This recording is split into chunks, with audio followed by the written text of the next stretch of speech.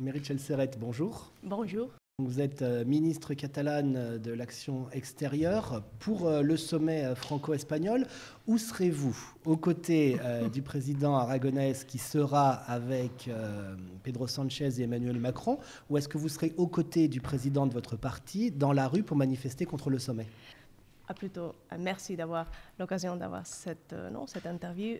Nous sommes en train de confirmer quel va être le protocole et pourtant quelle va être la présence, quand et comment du gouvernement catalan dans le sommet.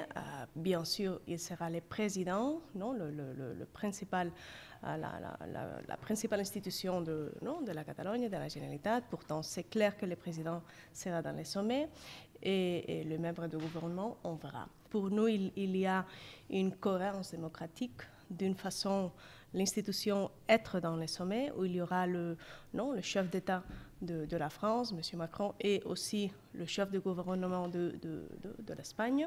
Pourtant, c'est évident que le gouvernement de la Catalogne, le président doit être présent dans ces sommets. Et d'autre part, démocratiquement, c'est évident que c'est cohérent qu'il y ait une manifestation dans les rues pour ceux qui considèrent que ce qu'avait dit quelqu'un du gouvernement espagnol, que le conflit politique qu'il y a entre la Catalogne et l'Espagne, il était déjà fini, et pour exprimer qu'il y a une partie de la population, ceux qui sont souverainistes, indépendantistes, qui nous considérons que le conflit n'est pas fini. Pas du tout.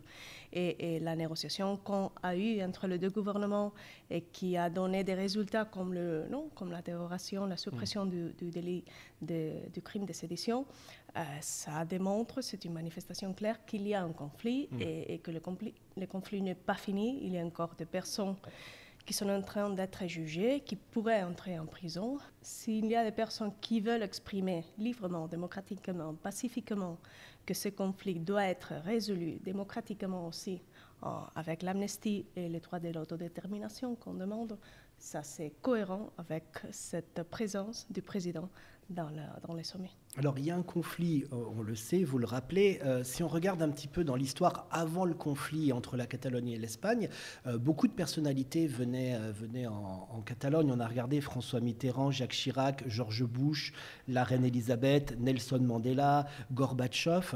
Est-ce qu'à votre avis, il y a eu moins de personnalités qui sont venues à Barcelone à cause du conflit justement?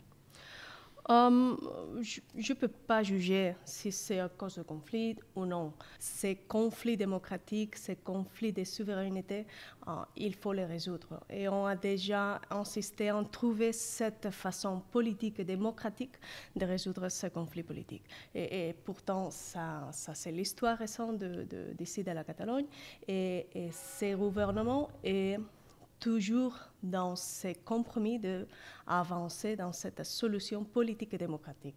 C'est pour ça qu'on a renforcé cette stratégie de la négociation, d'avoir cette table de négociation entre les deux gouvernements de l'Espagne et de la Catalogne, ce qui fait évident aussi au niveau international qu'il y a un conflit et qu'il faut avancer dans cette négociation entre les deux gouvernements. Et d'autre part, la proposition du gouvernement de la Catalogne, du président, d'avancer dans un consensus dans la société catalane pour exercer ce droit d'autodétermination, de comment concrétiser un référendum en Catalogne et avoir ce consensus catalan pour le discuter après avec le gouvernement espagnol. Alors, quel est le plus important pour vous dans ce sommet?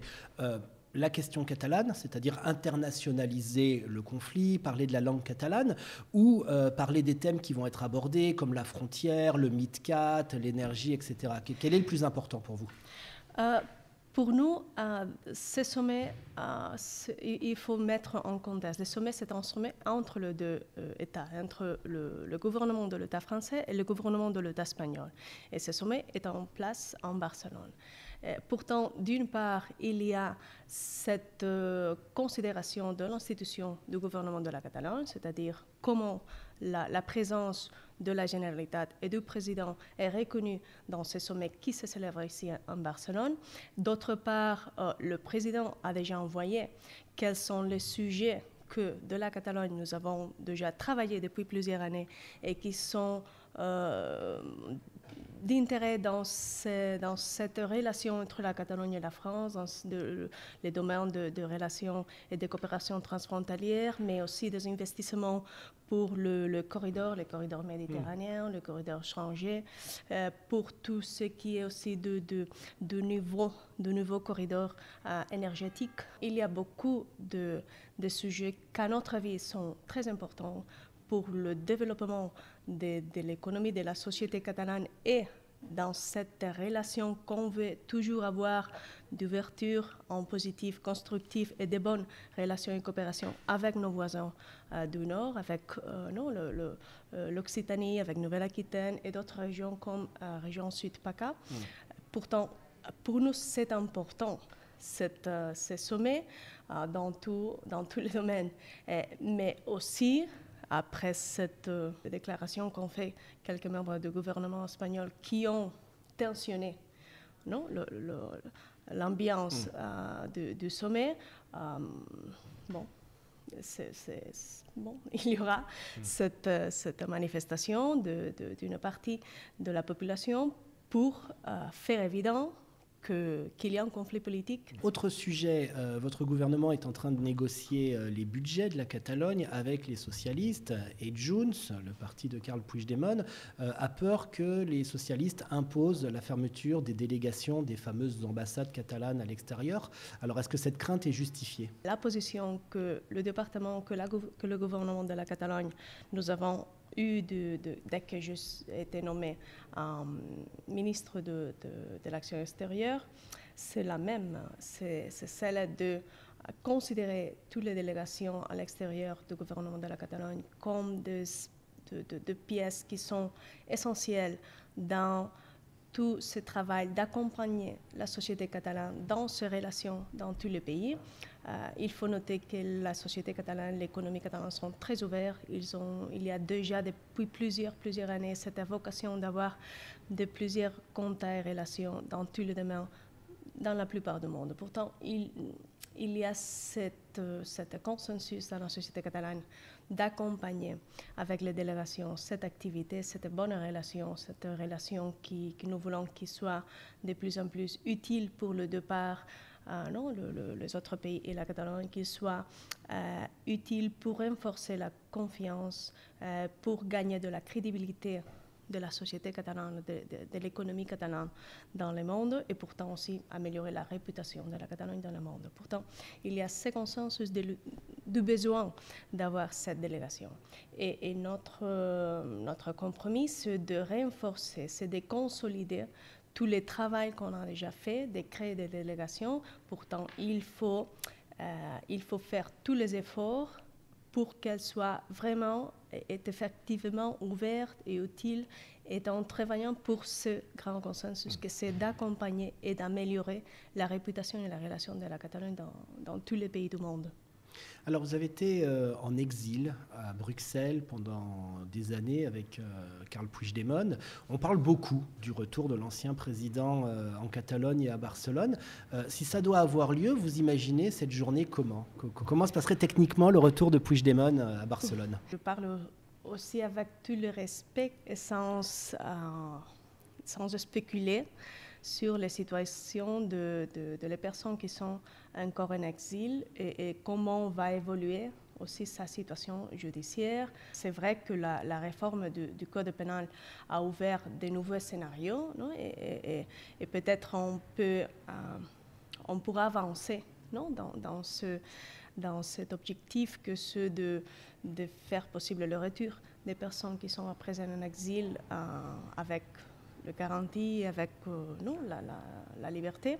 Mais en tout cas, il faut attendre encore comment ça va évoluer, comment quelques juges quelques vont essayer de changer l'interprétation de ce qu'on a écrit dans cette réforme du Code pénal. On verra comment ça évolue. Mais en tout cas, on espère qu'il arrivera le jour que même le président Puigdemont, même toutes les personnes qui sont en exil pourront retourner. Et bien sûr que ce sera un jour important pour la société catalane et qui sera un jour qu'on qu'on espère qu'ils pourront retourner, comme je dis, avec toutes les garanties et, s'il est possible, en liberté.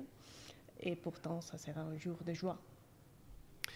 On parle des municipales qui approchent. Le candidat de votre parti, Ernest Maragall, n'est pas très bien placé si on en croit les enquêtes. Comment vous voyez les choses? Est-ce que vous êtes un petit peu inquiète? Dans notre parti politique, la gauche républicaine, bien sûr qu'on écoute les enquêtes, mais nous avons un compromis très grand avec notre projet politique et nous sommes toujours plus intéressés en comment être plus et plus utile et comment faire mieux notre travail. Pourtant, bien sûr, il y a les enquêtes, mais nous sommes bien sûrs que ce qui représente Ernest Maragall, c'est son projet politique, sa vision de comment doit être Barcelone. Et bien sûr, on va respecter toujours la démocratie. Dernière question, 2023, ça sera l'année de quoi pour la Catalogne? 2023, ce sera une année qui doit nous aider à oublier, on va pas oublier, hein, mais à supérer mieux tout ce qui a été la crise du Covid. Bien sûr, il sera une année qui ne sera pas facile. Il y a une complexité socio-économique par de différents éléments, surtout avec toujours la guerre d'Ukraine, de l'agression de la Russie, qui va marquer malheureusement encore cette année. Mais bien sûr, dans notre vie, c'est une année que, en souhaitant que, et en avoir encore la confiance qu'il y aura un budget approuvé ici en Catalogne, nous aurons l'occasion d'accompagner la société catalane dans cette complexité socio-économique avec des services publics renforcés, avec les investissements qu'on doit et qu'on veut faire dans tous les services publics, soit la santé, soit l'éducation, soit aussi tous les services sociaux. Et d'autre part aussi, accompagner l'économie avec des investissements pour mieux profiter de tous les fonds européens, pour accompagner tous les investissements de transition énergétique, de réindustrialisation. Pourtant, il doit être une année de aussi cette effervescence d'activité dans tous les domaines en Catalogne. Et bien sûr aussi, il doit être une année pour avancer aussi dans cette solution politique et démocratique du conflit catalan et pour renforcer ces processus qu'on a déjà commencé de déjudiciarisation du conflit politique et d'autre part pour avancer dans le domaine d'un consensus en Catalogne sur comment faire un référendum et avancer dans les droits d'autodétermination. Mais je vais stresser cette idée de toujours dans une ambiance positive, une ambiance de respect, de renforcer la culture démocratique, parce qu'aujourd'hui, c'est un enjeu qui va au-delà de la Catalogne, c'est le renforcement de valeurs et des principes démocratiques. Meritxell Serret, merci d'avoir été sur Equinox. Merci à vous de votre temps et votre intérêt. Merci.